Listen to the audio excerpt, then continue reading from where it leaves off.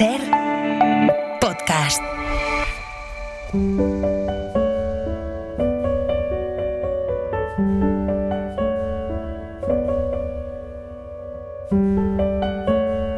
Un libro, una hora. Dirigido por Antonio Martínez Asensio. Bienvenidos al podcast de Un libro, una hora.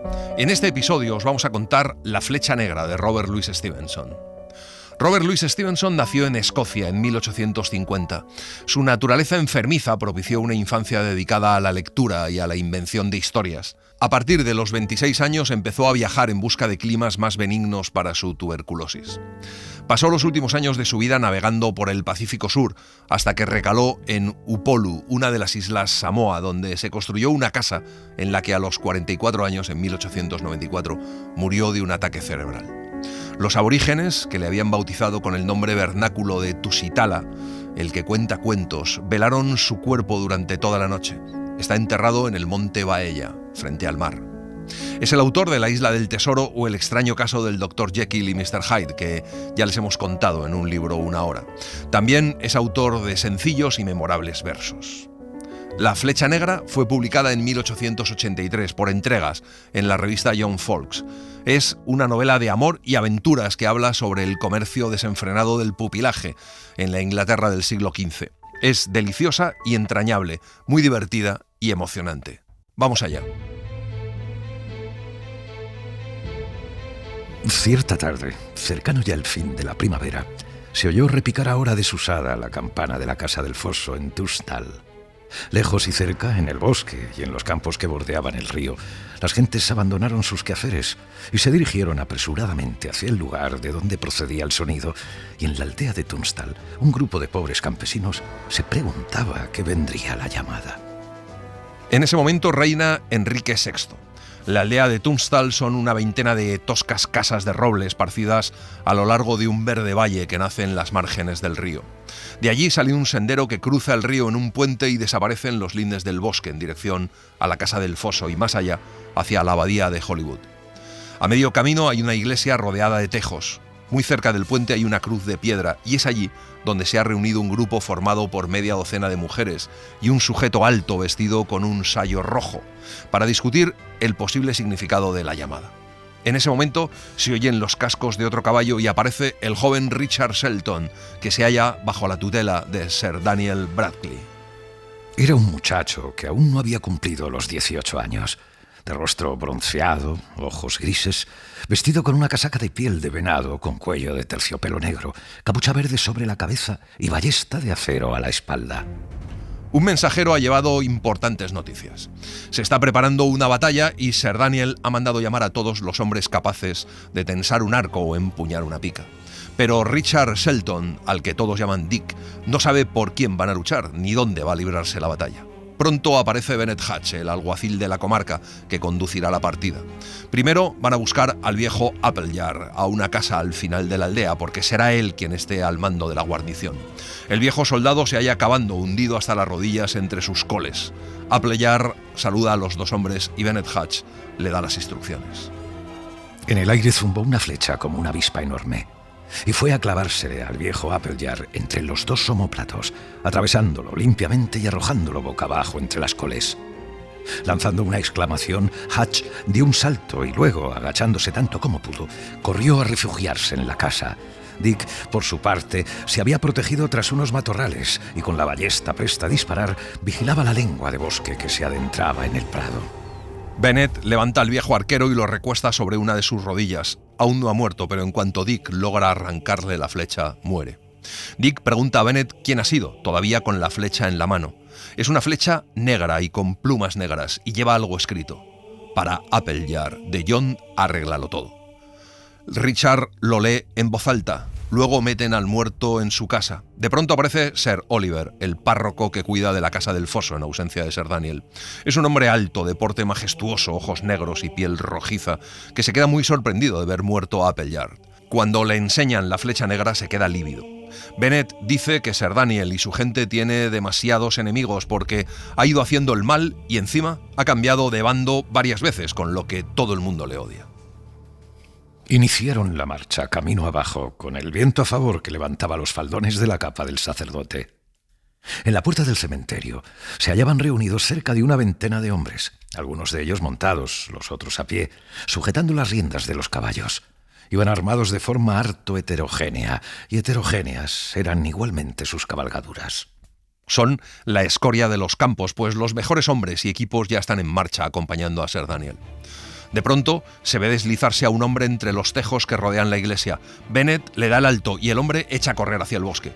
Se pregunta qué haría allí, pero pronto encuentran la respuesta. Hay un escrito clavado en la puerta de la iglesia. Dick Shelton lo lee en voz alta. Son unos versos que apenas riman y están llenos de faltas de ortografía. La carta dice que hay 4 flechas negras. Una ya ha matado a Appleyard. La siguiente será para Bennet Hatch, por haber incendiado Grimstone. La tercera para Sir Oliver, por haber degollado a Sir Harry Shelton. Y la cuarta para Sir Daniel, el más malo de todos. Y lo firma Juan Arréglalo Todo, del Verde Bosque y su alegre compañía. Sir Oliver inmediatamente se lamenta a gritos diciendo que él no tuvo nada que ver con la muerte de Sir Harry Shelton, que es el padre de Dick, pero Dick no dice ni una palabra y su rostro permanece impasible. Durante un rato, Hatch y Sir Oliver estuvieron comentando la nueva situación en que se hallaban. Decidieron reservar 10 hombres, no solo para que guarnecieran la casa del foso, sino también para que escoltaran al sacerdote al atravesar el bosque. Mientras tanto, como Bennet tenía que quedarse atrás, el mando de los refuerzos le fue entregado al joven Shelton. Mientras, Sir Daniel y sus hombres pasan la noche en Ketley y sus alrededores, cómodamente alojados y bien protegidos. A las 2 de la madrugada, Sir Daniel está sentado en la sala de la posada, muy cerca del fuego, con una jarra de cerveza con especias en la mano. En el otro extremo de la estancia, una docena de sus hombres montan guardia ante la puerta y algo más cerca, tendido sobre su manto, yace en el suelo un muchacho, que por su aspecto tiene 12 o 13 años. Cuando se incorpora es más difícil adivinar su edad. La expresión de su rostro parece la de una persona mayor, aunque es dulce como la de un niño, y su cuerpo es extraordinariamente esbelto y algo torpe en el andar. Sir Daniel se ríe de él por cómo va vestido y le dice que va a procurarle una boda que le valdrá 1000 libras. Le dice que le raptó con cierta brusquedad, pero que de ahora en adelante le mantendrá y le servirá con gusto. Y le dice que se va a convertir en Lady Shelton y que coma algo. No probaré bocado. Ya que me obligáis a cometer este pecado, ayunaré en bien de mi alma. Pero a vos, posadero, os ruego que me deis un vaso de agua y os estaré muy agradecido por vuestra cortesía. Un par de horas después llega ante la puerta de la posada Dick Shelton con la partida de campesinos.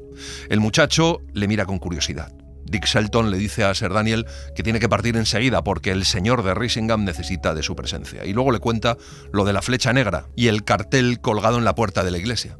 Sir Daniel le dice que a su padre no le mató Sir Oliver, sino que fue un tal Duckworth, pero que los tiempos estaban tan agitados que no fue posible hacer justicia. Dick pregunta si fue en la casa del foso y Sir Daniel mira a Dick con suspicacia antes de contestarle que no.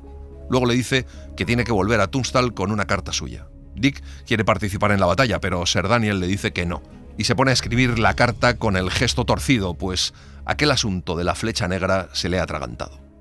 Entretanto, el joven Shelton daba buena cuenta de su desayuno cuando sintió que le tocaban un brazo al tiempo que una voz muy suave le susurraba al oído. No hagas ningún gesto, te lo suplico. Pero por caridad, enséñame el camino más corto para ir a Hollywood. Te lo ruego, buen muchacho. Consuela a una pobre alma en peligro y en la mayor miseria y muéstrame el camino para hallar mi reposo. Dick le dice que tome el sendero del molino hasta el embarcadero de Till y sin volver la cabeza sigue comiendo. Con el rabillo del ojo ve al muchacho que sigilosamente sale de la estancia. Media hora más tarde, Sir Daniel le entrega la carta a Dick y le ordena que se encamine rápidamente hacia la casa del foso. Dick se retira a descansar. Sir Daniel empieza entonces a buscar al muchacho por todas partes. Pregunta al posadero por una chica y el posadero dice que allí no ha habido ninguna chica. Entonces Sir Daniel dice que la del manto color morado que no ha querido desayunar era una chica y el posadero le dice que la ha visto ensillar un caballo y salir al galope. Sir Daniel tiene que marchar a la batalla, pero encarga a 6 ballesteros que salgan a cazar a la chica. Desde que en 1883 cautivó por primera vez a los niños victorianos en la publicación semanal Young Fox, hasta el punto de provocar el aumento de su tirada, La flecha negra se ha contado siempre entre las obras de Stevenson con más reimpresiones, además de ser el libro que le resultó más lucrativo, tanto en libras esterlinas como dólares. Al lector común, de cualquier edad y sexo, le gusta La flecha negra. A Stevenson le gustaba llamarse a sí mismo cuentacuentos. Como dijo D.H. Lawrence, confía en el cuento, no en quien lo cuenta. Por lo que respecta a La flecha negra, la posteridad ha hecho justamente eso. Las obras maestras de Stevenson no se pueden apreciar del todo sin el impulso que La flecha negra aporta a su trayectoria. Serían cerca de las 6 de aquella mañana de mayo cuando Dick emprendió el regreso a casa a través de los pantanos. El cielo era azul y soplaba un fuerte viento que hacía girar las aspas de los molinos y ondulaba los sauces esparcidos por todo el pantano como un campo de trigo. Se había pasado la noche entera en la silla, pero su corazón estaba animoso y su cuerpo sano, y cabalgaba alegremente. El sendero se adentra en el pantano. Cuando llega al molino, gira y se mete en un terreno más pantanoso. Donde el sendero sale nuevamente del agua, ve a un caballo gris hundido hasta el vientre en el barro. No puede sacarlo y como está sufriendo decide sacrificarlo, y tras aquel acto de piedad brutal oye una voz que le llama por su nombre desde la orilla del camino. Ve asomarse el rostro del muchacho por entre los cañaverales. Le dice que se ha perdido y que si no llega sano y salvo a Hollywood, está perdido. Dick descabalga y le dice que suba a su caballo, que él irá corriendo un rato y cuando se canse cambiarán, y así corriendo y cabalgando los dos irán más deprisa. Y así se hace el cambio. Dick camina apoyando la mano en la rodilla del otro. ¿Cómo te llamas? Llámame John Matcham. ¿Y qué te lleva a Hollywood? Busco asilo para protegerme de un hombre que me oprimiría. El buen abad de Hollywood es un gran protector de los débiles.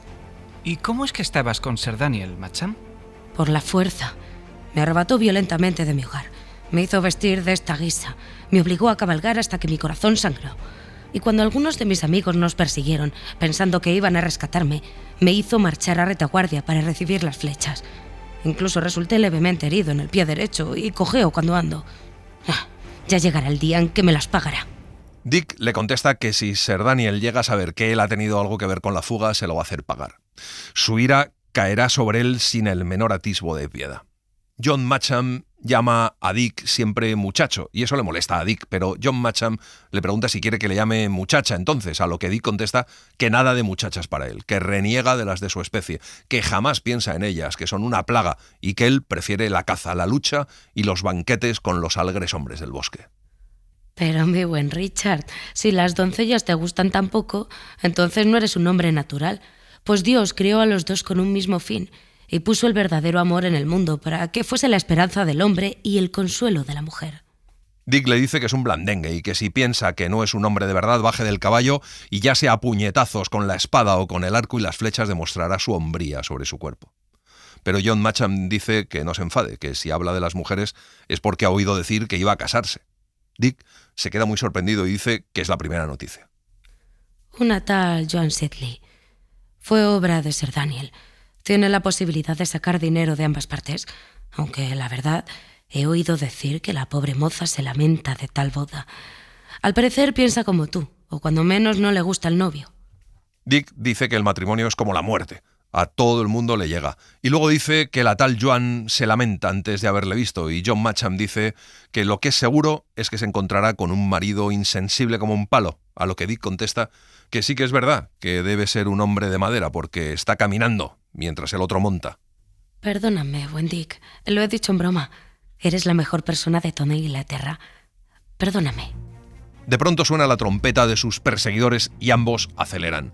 John Matcham se ha puesto blanco. Dick le dice que no se preocupe, que pase lo que pase, suceda lo que suceda, le dejará sano y salvo en Hollywood.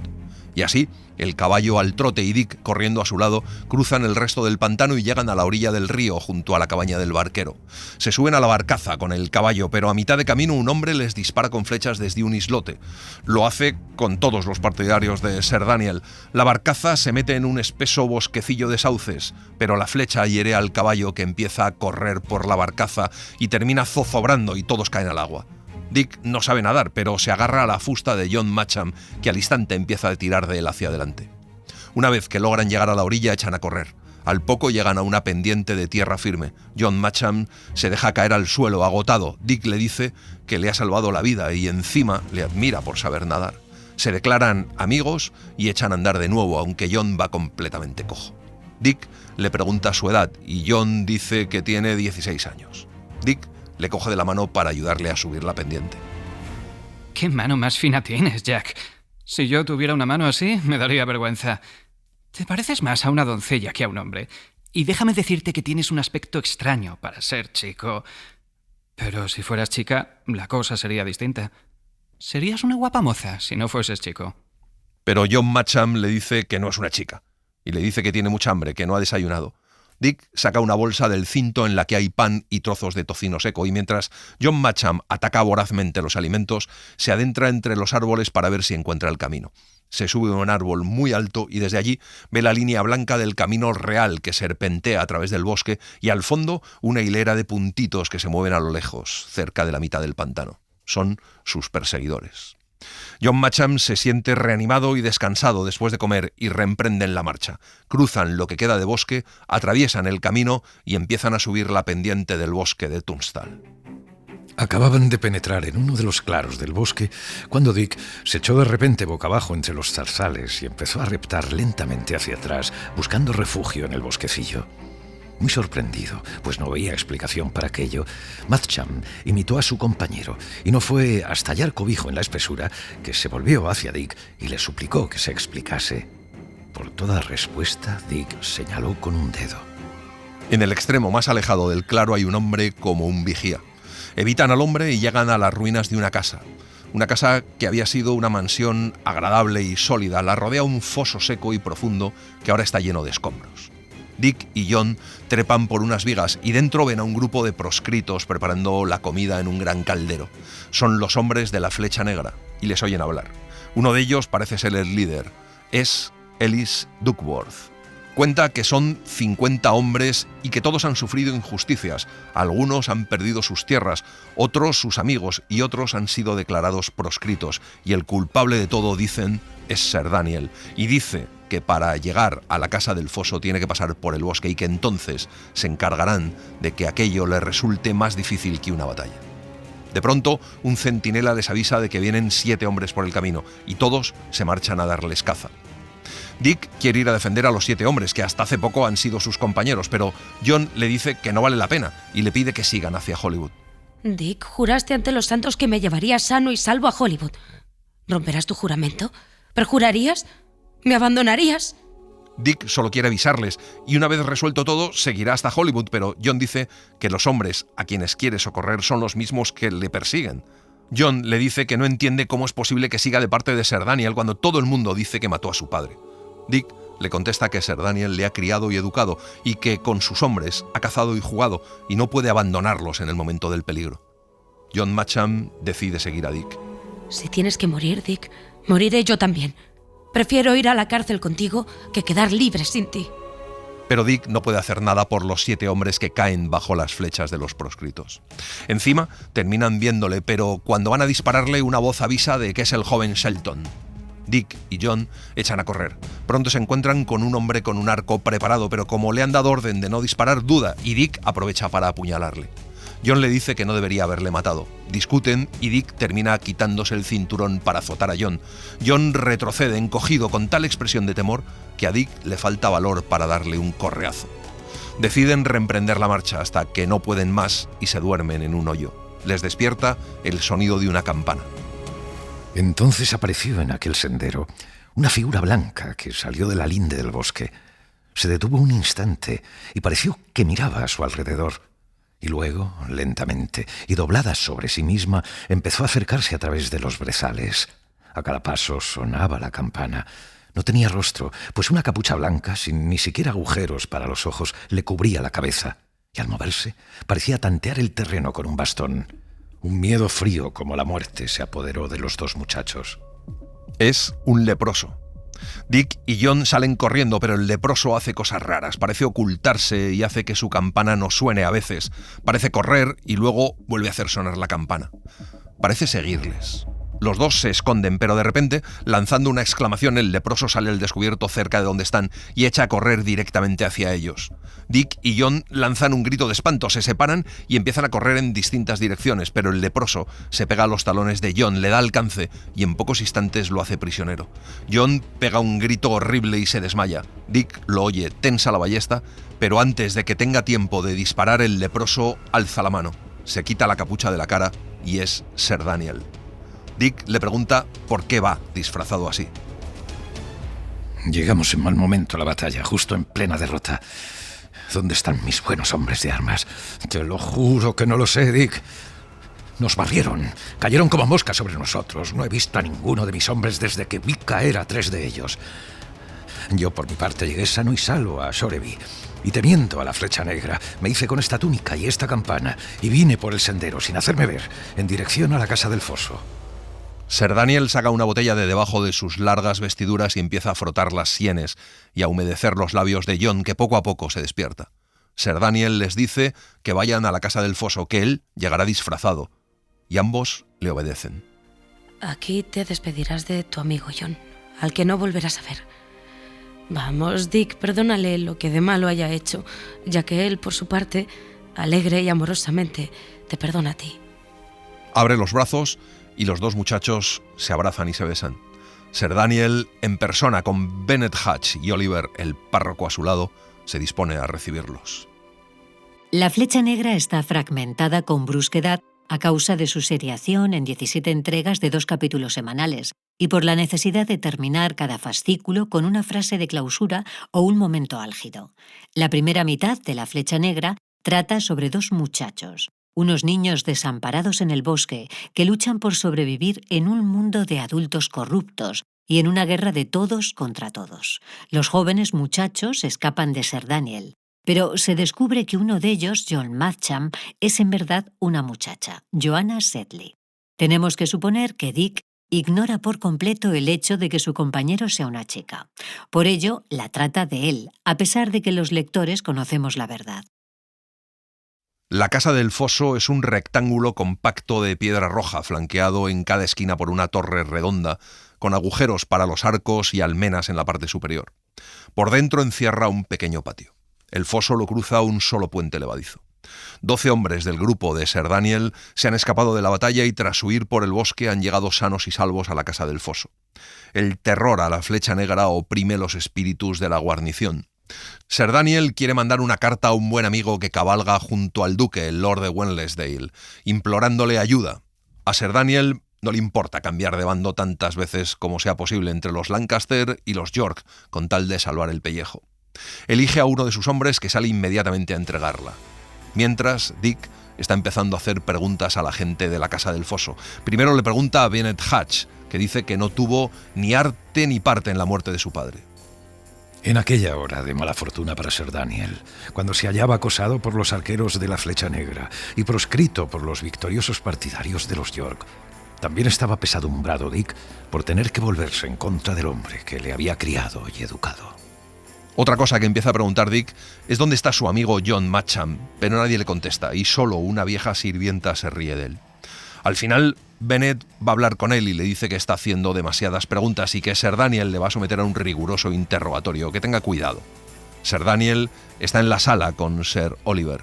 Le pregunta enseguida a qué viene tanta pregunta sobre su padre, si acaso duda de él. Señor, mi padre cayó cuando yo era aún un niño. Ha llegado a mis oídos que fue vilmente asesinado. Ha llegado a mis oídos, pues no he de ocultarlo, que vos tuvisteis parte en su muerte. Y a decir verdad, no descansará mi espíritu, ni podré ayudaros hasta que estas dudas se me hayan aclarado. Sir Daniel le contesta si cree que sería el tutor del hijo del hombre a quien ha asesinado. Y Dick dice que una tutoría es lo más provechosa y que durante todos esos años ha disfrutado de sus rentas y conducido a sus hombres y que aún le queda el matrimonio. Y ha oído que Sir Oliver fue quien ejecutó la orden. Sir Daniel se enfada. Le dice que vuelva con esas dudas cuando sea un hombre y le contestará como se merece, con una bofetada en la boca, y que hasta entonces tiene 2 alternativas: o tragarse esos insultos y sujetar la lengua mientras lucha por el hombre que le alimentó y protegió durante la infancia, o que se vaya. Dick le pide a Sir Daniel que le dé su palabra de honor, y Sir Daniel se la da. Extendió la mano y Dick la tomó con vehemencia. Ninguno de los dos se fijó en el sacerdote, el cual, al ser pronunciado aquel juramento solemne y falso, se había levantado a medias de su asiento, lleno de horror y remordimiento. Pero Sir Daniel le pide a Sir Oliver que también jure, y el cura agita los brazos sin decir palabra. Sir Daniel, fuera de sí, le obliga a jurar, se lo ordena, le amenaza, pero el sacerdote sigue sin poder articular palabra. El terror que le inspira a Sir Daniel se une al terror que siente por el perjurio. Justo en ese momento, una flecha negra entra por la alta ventana de la sala y va a clavarse temblorosa en medio de la mesa. Todos salen de la habitación, se da la alerta y Sir Daniel ordena que trasladen a Dick a la habitación que está encima de la capilla. Por la noche, Dick oye cómo arañan la puerta. Una voz susurra que le abra. Es su amigo John. Dick corre hacia la puerta, corre la aldaba y deja entrar a John Matcham, que está muy pálido y lleva un farol en una mano y una adaga desenvainada en la otra.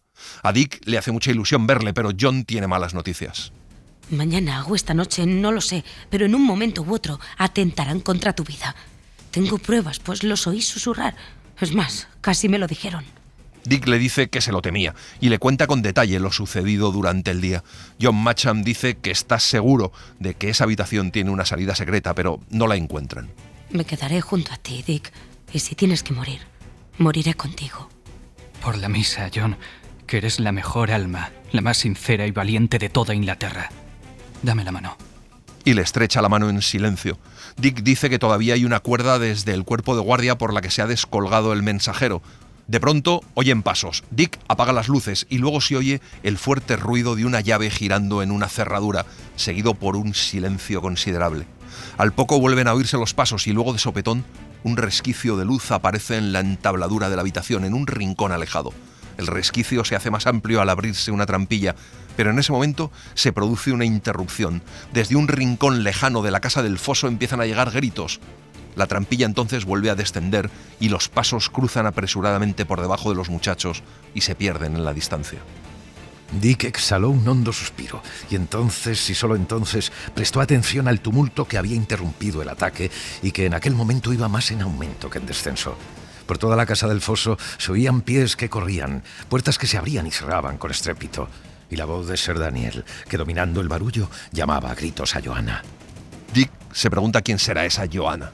John Matcham permanece callado, parece haberse retraído aún más. Sir Daniel sigue llamando a gritos a Joanna. Dick le pregunta a John si ha oído hablar o ha visto a la tal Joanna. Y luego dice que es una gran suerte que busquen a esa Joanna, porque eso les impedirá pensar en ellos. Dick, estoy perdido. Los dos estamos perdidos. Huyamos si todavía hay tiempo. No descansarán hasta dar conmigo. Déjame ir. Cuando me hayan cogido podrás huir. Déjame ir, Dick. Buen Dick, déjame. Entonces Dick lo comprende todo. ¡Rayos y truenos! Tú no eres Jack. Tú eres Joanna Sedley. Eres la doncella que no quería casarse conmigo. La muchacha se queda quieta y silenciosa. También Dick se queda callado unos instantes. Joanna, me has salvado la vida y yo te la he salvado a ti. Hemos visto correr la sangre y hemos sido amigos y enemigos. Ay, yo me quité el cinturón para darte unos azotes y en todo momento lo hice convencido de que eras un chico. Pero ahora la muerte me tiene atrapado y ha llegado mi hora. Y antes de morir, debo decir esto. Eres la doncella mejor y más valiente que hay bajo el cielo, y si pudiera yo seguir viviendo, me casaría contigo con los ojos vendados. Y tanto si vivo como si muero, te quiero. La muchacha no contesta. Vamos, habla, John. Vamos, sé buena chica y dime que me quieres. Caramba, Dick. ¿Estaría aquí si no? Pues mira, si salimos de esta nos casaremos. Y si tenemos que morir, moriremos. Y ya está. En aquel momento se oyen pasos por el corredor y un puño comienza a golpear violentamente la puerta. Llegan muchos hombres ante la puerta, en tropel. Luego llega el mismísimo Sir Daniel. Dice que saben que la chica está ahí dentro y le pide que abra. Y como Dick no lo hace, empiezan a atacar la puerta salvajemente con pies y puños. Pero de pronto vuelve a sonar una alarma, así que todos acuden a sus puestos. Dick y Joanna empiezan a buscar la trampilla, la encuentran y el mecanismo que la abre, y bajan por un pasadizo estrecho y sucio que les lleva al final a un callejón sin salida. Cuando les tienen rodeados, Solo hay una solución: salir por una ventana, coger la cuerda que ha dejado el mensajero y bajar hasta el foso. Pero Joanna dice que ella no puede y Dick tiene que escapar solo, bajar hasta el foso, lanzarse al agua y luego nadar, cruzarlo y correr hacia el bosque, herido por 2 flechas, mojado y agotado. Lo primero que se encuentra nada más meterse en el bosque es al mensajero de Sir Daniel, ahorcado en una rama. Dick busca en sus bolsillos y se lleva la carta que lleva encima. Cuando los hombres de la Flecha Negra dan con Dick, se ha desmayado. Will Lawless lo carga en los hombros y se lo lleva a la posada del pueblo, donde está Ellis Duckworth. Querido muchacho, dijo Ellis apretándole la mano, estás en manos de un amigo que quería a tu padre y que en recuerdo suyo te quiere a ti. Descansa tranquilo, pues estás fatigado. Luego me contarás tu historia y entre los dos hallaremos remedio para todo. Dick le pregunta a Ellis si van a asaltar la casa y Ellis le dice que no, que al contrario, que se van del bosque, pero le promete que si alguna vez oye hablar de matrimonio, actuarán. Cuando se recupera, Dick se integra totalmente en el grupo de Ellis y le hace llegar una carta a Sir Daniel. Tenéis las manos manchadas con la sangre de mi padre. Las manchas no desaparecerán. Algún día pereceréis por mi causa, eso os lo hago saber ya ahora. Y os diré más, que si pretendéis casar a la joven Mistress Joan Sedley con otro hombre, siendo así que he jurado casarme con ella, mi venganza será rápida y su primer efecto será llevaros a la tumba. Richard Shelton. El tema de la venganza posee un evidente origen shakespeariano. Dick Shelton, que ha de vengar el asesinato de su padre biológico por parte del padre usurpador, se corresponde con el Hamlet de Stevenson. Si se lee al detalle, La Flecha Negra abre ventanas interesantes hacia la psicología de un autor cuya biblioteca de ficción remite, de forma obsesiva, a su traumática juventud como hijo único y a los conflictos con un padre severo. La infancia no fue una etapa pasajera para Stevenson. Tal como señalan sus biógrafos, nunca la superó y murió inmerso todavía en un conflicto edípico. Varios meses después de que Richard Shelton escapara de manos de su tutor, han pasado muchas cosas en Inglaterra.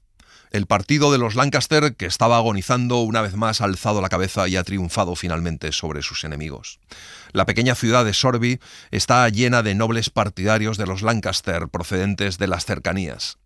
Allí está el conde de Risingham con 300 guerreros, Lord Sorby con 200 y Sir Daniel en persona, que se está enriqueciendo con las confiscaciones y se aloja en su casa con 60 hombres. En una tabernucha cerca del puerto está Dick con sus hombres cuando le avisan de que Sir Daniel ha salido de su casa con 4 arqueros. Dick y sus hombres le siguen. Sir Daniel se mete en una casa que está a la orilla del mar. Dick trepa por unos barrotes y ve el interior de una habitación. Dentro había 2 personas. A la primera la reconoció enseguida. Era la esposa de Hatch. La segunda era una joven alta y hermosa, de expresión grave, que llevaba un largo vestido bordado. ¿Era posible que fuese Joanna Sedley, su viejo compañero del bosque, el mismo a quien había querido azotar con su cinturón? Nunca había pensado que su amada fuese un ser tan superior, y al instante se vio invadido por un sentimiento de timidez. La casa está vigilada, pero además los hombres de Dick han visto a unos hombres que llevan una insignia blanca en el gorro y que están también rondando la casa. Cuando los 2 grupos se encuentran, combaten, pero al final se dan cuenta de que ambos luchan contra Sir Daniel. Los de blanco son los hombres de Lord Foxham, el tutor legal de Joanna.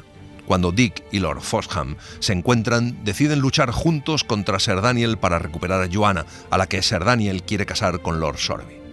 Deciden que hay que atacar la casa, pero el problema que tienen es que la cara más fácil de atacar es la que está de cara al mar, así que deciden robar un barco en el puerto y allá se embarcan todos para atacar, pero les pilla muy mala mar y están a punto de naufragar y la estrategia resulta un absoluto fracaso. Y encima, Lord Foxham es malherido. Cuando está tendido en la litera, le promete a Dick que Joanna será para él y le cuenta que llegó allí para vigilar a los lores de Sorby, mientras Richard de Gloucester prepara una fuerza suficiente para caer sobre ellos. Este informe, dijo el herido, debía entregárselo a mi joven señor el domingo, 1 hora antes del mediodía, en la cruz de Santa Brígida, al lado del bosque. No es probable que pueda acudir a esa cita, pero te ruego que vayas en mi lugar y cuides de que ningún placer, dolor, tempestad, herida o pestilencia te impida llegar al lugar y a la hora que te he dicho, pues va en ello el bienestar de Inglaterra. Y Dick promete que estará y entregará el informe a Richard de Gloucester. Cuando logran llegar a tierra, salen al Camino Real, cerca de Hollywood. Allí los dos grupos se separan. Los hombres de Lord Foxham se marchan llevándose a su señor herido a la comodidad y la seguridad de la gran abadía. Y Dick, viéndoles partir y perderse bajo la espesa cortina de nieve que cae, se queda solo con cerca de una docena de proscritos, los últimos que quedan de su tropa de voluntarios. Pero les ordena que se vayan a Sorreby, y Dick se va solo con Lawless como acompañante. Lawless le lleva a su guarida a una cabaña en medio del bosque y allí Dick entierra los valiosos papeles que le ha dado Lord Foxham. Y allí ambos se disfrazan con unos hábitos de monje que tiene guardados Lawless. Se pintan la cara y vestidos de monjes se van a Sorreby. La residencia de Sir Daniel en Sorreby era una mansión alta, espaciosa, de paredes enlucidas con vigas de roble labrado y cubierta con una techumbre de paja. Por la parte de atrás había un jardín lleno de árboles frutales, sendas y emparrados, dominado desde un lejano extremo por la torre de la iglesia de la abadía. Todos los huéspedes son bien recibidos. Trovadores, saltimbanquis, ajedrecistas, vendedores de reliquias, medicinas, perfumes y encantamientos y toda clase de sacerdotes, frailes o peregrinos duermen juntos en las espaciosas buhardillas o en las tablas desnudas del largo comedor. Y allí, en medio de todo el bullicio, están Dick y Lawless vestidos de monjes vigilando todas las entradas de la casa. De pronto ven una pequeña procesión con 2 damas y varios sirvientes. Dick, deslizándose entre la multitud de holgazanes, las sigue. Las 2 damas suben 2 pisos. En el tercero, la dama joven continúa subiendo sola. En aquel momento, una mano se posa sobre su hombro y él, dando un salto y sofocando un grito, se vuelve para sujetar a su atacante. Pero es una dama joven y bajita, con un manto de pieles. Dick le pide perdón y le besa la mano. La mujer le dice que puede adivinar al seglar y le pregunta por qué va disfrazado y qué hace allí, si es un espía o un ladrón. Señora, de una cosa os ruego que estéis bien segura. No soy ningún ladrón. Y aunque venga en son de guerra, lo cual en parte es cierto, no hago la guerra a las bellas doncellas. Os ruego, pues, que sigáis mi ejemplo y me dejéis ir. Pues si gritar os place, y si decís lo que habéis visto, el pobre caballero que tenéis ante vos será hombre muerto. Dick toma suavemente la mano de la muchacha entre las suyas, la mira con cortés admiración mientras le pide que no sea cruel. Señora, pongo mi vida enteramente en vuestras manos. Estoy enamorado y me llamo... Pero en aquel momento, de repente, la joven dama pone una mano sobre la boca de Dick, mira con ojos inquietos a uno y otro lado y viendo que no hay moros en la costa, con gran fuerza y vehemencia comienza a arrastrar al joven hacia arriba.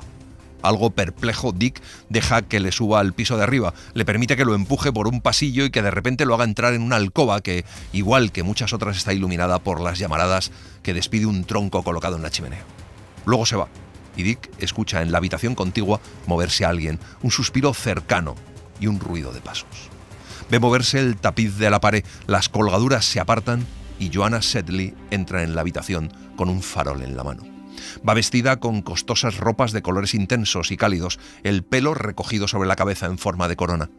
Tan pequeña y torpe parecía cuando iba disfrazada de John Matcham, ahora le parece alta como un joven sauce. ¿Qué hacéis aquí, buen hermano? Sin duda os habéis extraviado. ¿A quién buscáis? Joanna, dijiste que me querías y yo, tonto de mí, te creí. Dick. Y ante la sorpresa de Dick, aquella joven alta y hermosa da un paso adelante y acto seguido le echa los brazos alrededor del cuello, dándole un centenar de besos en uno solo. Ah, tonto querido, amado Dick, si pudieras verte. Ay, te he hecho caer parte de la pintura, pero eso tiene arreglo. Lo que no lo tiene, Dick, al menos eso me temo, es mi matrimonio con Lord Sorreby. ¿Entonces es que ya está decidido? Mañana, antes del mediodía, Dick, en la iglesia de la abadía. A menos que puedas sacarme de esta casa antes de mañana, deberemos besarnos y decirnos adiós. Dick le dice que no la va a abandonar y que no lo va a consentir.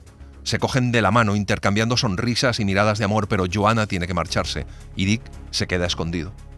Lawless ha seguido bebiendo y está borracho como una cuba y está a punto de descubrir a Dick, que tiene que matar a uno de los hombres fuertes de Lord Soreby, un tal Ruther que les ha descubierto, y que lleva en su bolsillo una carta con el sello de Lord Soreby que prueba la relación de este lord con la casa de York.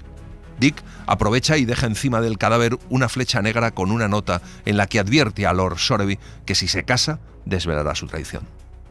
Cuando descubren muerto a Ruther, le preparan un velatorio y Dick, que sigue disfrazado de fraile, va allí como si fuera a rezar por el muerto.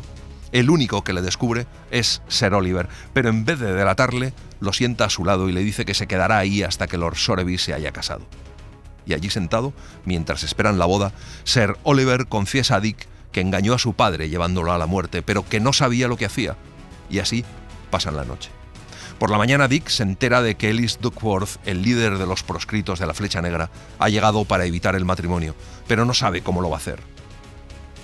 Así hasta que empieza la boda. Primero iba la novia, triste espectáculo. Tan pálida como el invierno, aferrada al brazo de Sir Daniel y acompañada, como dama de honor, por la joven bajita que la noche anterior había ayudado a Dick. Detrás, a corta distancia, iba el novio, emperifollado de un modo radiante, cojeando de su gotoso pie. Y entonces llega la hora de Ellis Duckworth. En la galería aparecen 4 hombres con los arcos tensados, disparan. El novio cae muerto en el acto en mitad de la nave, atravesado por 2 flechas negras. La novia se desmaya. Sir Daniel está entre la multitud, herido. Entonces, Sir Oliver se levanta y descubre a Dick. Sir Daniel está ciego de ira a causa de la sangre caliente que sigue cayéndole por el rostro. Detienen a Dick y Sir Daniel da orden de que lo lleven a su casa para torturarle. Pero hay un hombre que se opone. Señor, me encuentro en un santuario, ¿no es así? Pues bien, señor. Veo por vuestro porte que sois persona de alcurnia y leo en vuestro semblante las señales de la piedad y la justicia. Así pues, a vos me entrego prisionero, y lo hago gustosamente, renunciando a la ventaja que me ofrece este lugar sagrado. Pero antes de verme entregado a la voluntad de ese hombre, a quien acuso en voz alta del asesinato de mi padre y de la usurpación de mis tierras y rentas, antes que eso, os rogaría que me dierais muerte aquí mismo, con vuestra propia mano. Vos mismo habéis oído cómo me amenazaba con torturas antes de que se demostrase mi culpabilidad.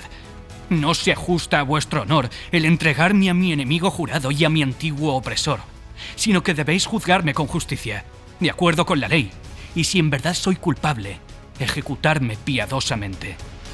En aquel momento, la novia, que ha vuelto en sí, cae de rodillas ante el noble. Habla en favor de Dick. El noble es el conde de Risingham, que dice que hará justicia y ordena que se lleven a Dick. Al pasar junto a ella, Joanna tiende las manos a Dick y le dice adiós. El conde de Risingham se entrevista al día siguiente con Dick, que le cuenta la verdad y acusa a Sir Daniel de traidor y de cambiar de bando cuando le conviene, a lo que el conde no da tanta importancia, pero su punto de vista cambia cuando Dick le enseña las 2 cartas que tiene, la que le quitó al mensajero que colgaron los proscritos y la que le acaba de quitar a Ruther antes de matarlo. Y entonces el conde concede la libertad a Dick y a Lawless. Robin Hood está muy presente en la Flecha Negra, una garantía para ganarse a los jóvenes. Dick Shelton empieza la novela siendo un paje y termina como un caballero, pero durante la mayor parte de la trama es un forajido. Un forajido, pero en absoluto un criminal. Es la ley la que yerra. Hay un gran trazo de verde Lincoln en el dibujo de la novela, junto con flechas negras y sangre roja. Otra fuente manifiesta es Ivanhoe. La sociedad de la Flecha Negra se inspira de un modo evidente en la trama secundaria de Locksley, donde aparece Robin Hood de la novela de Scott. Como en Ivanhoe, la acción enrevesada de la Flecha Negra se ve reforzada con fragmentos verídicos de la historia, característica que la convirtió, como la novela de Scott, en uno de los libros escolares favoritos durante medio siglo. A la mañana siguiente, muy temprano, antes de que asomara el nuevo día, Dick se levantó, se cambió de ropa y, vestido otra vez como un caballero, emprendió el camino hacia la guarida de Lawless, en el bosque. Allí, como se recordará, había dejado los papeles de Lord Foxham y solo saliendo muy de mañana y andando deprisa podía ir por dichos papeles y regresar a tiempo para la cita con el joven duque de Gloucester. Richard de Gloucester es el futuro rey de Inglaterra. Dick se pone a sus órdenes y combate con él en la batalla de Soreby, en la que resulta herido. Richard de Gloucester, que será Ricardo III, gana así su primera batalla importante. Pero cuando comienza el saqueo de la ciudad, Dick teme por Joanna. Echa a correr como un poseso, se abre paso y entra en la casa de Sir Daniel. La casa está patas arriba y hay cosas quemándose. Sir Daniel y Sir Oliver con Joanna han desaparecido, pero Dick no sabe si han sido asesinados en el saqueo o han escapado sanos y salvos. A Dick se le ocurre una idea. Sube a la carrera a la torre de la iglesia de Soreby, desde la que no solo se divisa la ciudad, como en un mapa, sino que por ambos lados se ve el mar y los campos circundantes. Casi pegado a los lindes del bosque y en dirección hacia Hollywood, un grupo de jinetes huyen y eso llama su atención.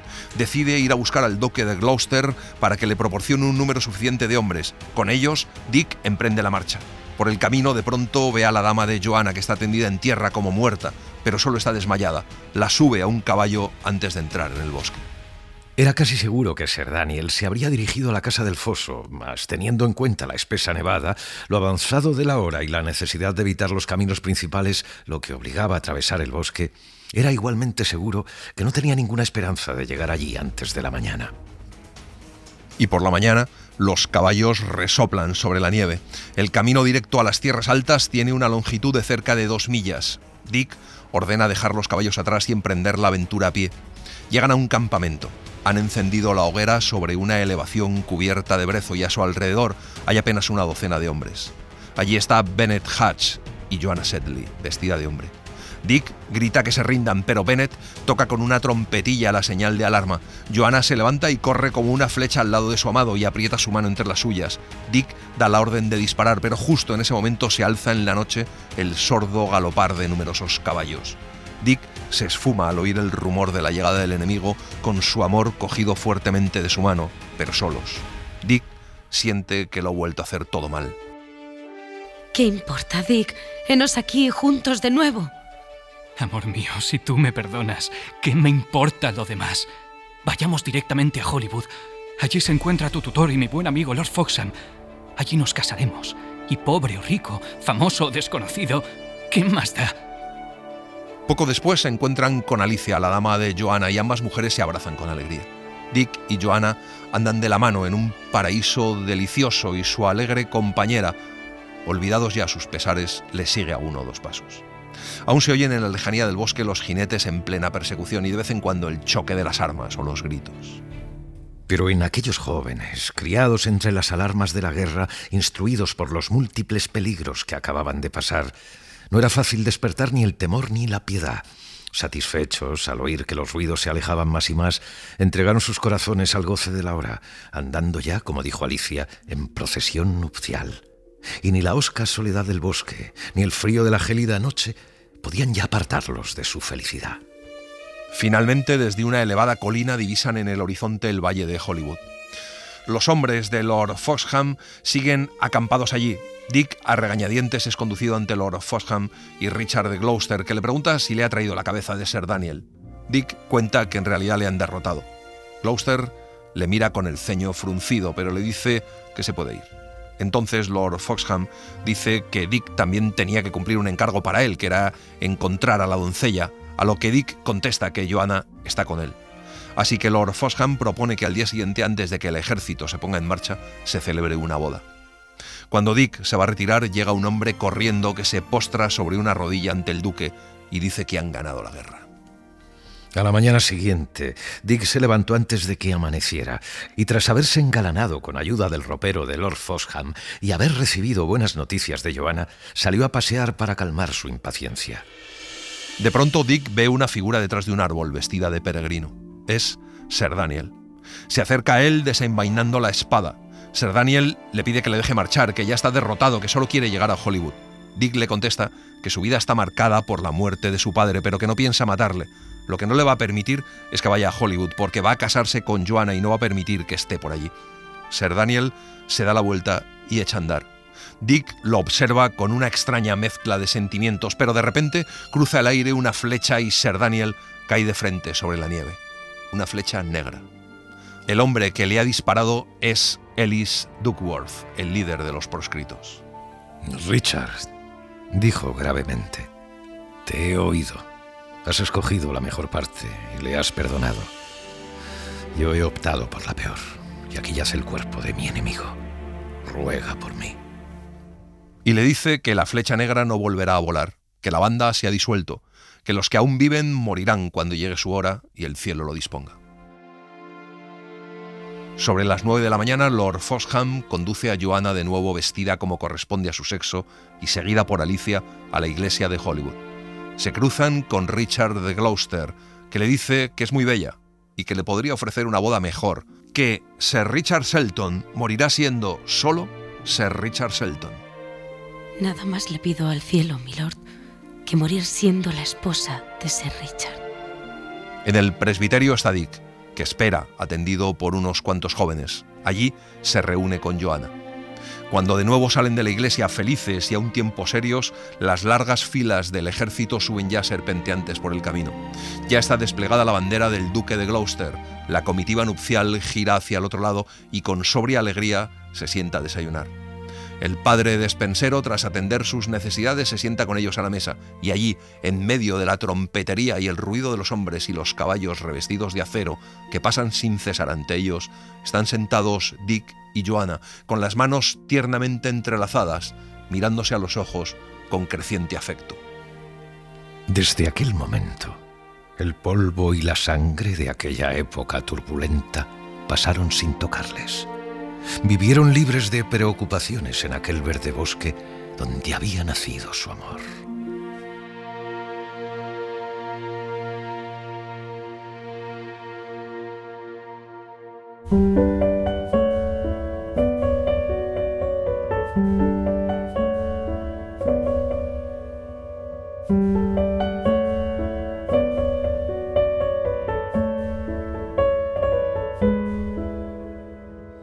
Y así les hemos contado La flecha negra de Robert Louis Stevenson. Hemos seguido la edición de Penguin Clásicos con traducción de Jordi Beltrán e introducción de John Sutherland, de la que hemos citado algunos fragmentos. Gracias por estar ahí y gracias por leer. Un libro, una hora, en la cadena SER. Un programa escrito y dirigido por Antonio Martínez Asensio, con las voces de Eugenio Barona, Íñigo Montero y Laura Carrero del Tío, y la participación de Olga Hernán Gómez. Diseño sonoro de Pablo Arévalo. Y en las redes, Laura Martínez Pérez. Para no perderte ningún episodio, síguenos en la aplicación o la web de la SER, Podium Podcast o tu plataforma de audio favorita.